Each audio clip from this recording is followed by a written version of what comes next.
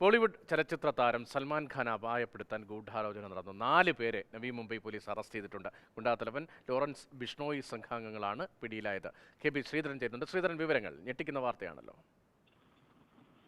രതീഷ്, കഴിഞ്ഞ മാസം 1.5 മാസം മുൻപ് ഏതാണ്ട് സൽമാൻ ഖാന്റെ വസതിക്ക് നേരെ ആക്രമണം ഉണ്ടായിരുന്നു.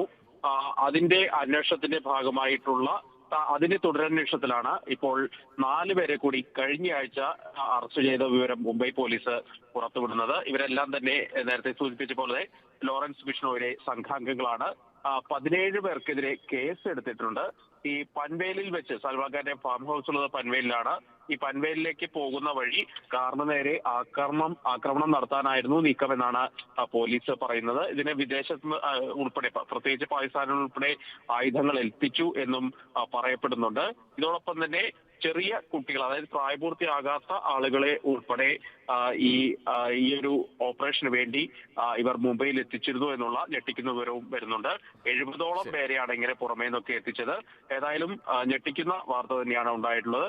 ഈ രാജസ്ഥാനിൽ കൃഷ്ണമൃഗത്തെ വേട്ടയാടിയതിന്റെ ആ സംഭവത്തിന്റെ തുടർച്ചയെന്നോണം തന്നെയാണ് ലോറൻസ് ബിഷ്ണോയ് ഗ്യാങ് സൽമാൻ ഖാനെ നോട്ടമിടുന്നതും സൽമാൻ ഖാൻ നോട്ടപ്പുള്ളിയാവുന്നതും. ശരി, വളരെ പ്രധാനപ്പെട്ട വാർത്തയായതുകൊണ്ടാണ് നമ്മൾ ഈ വാർത്തയിലേക്ക് കൂടി വളരെ വേഗത്തിൽ വന്നത്.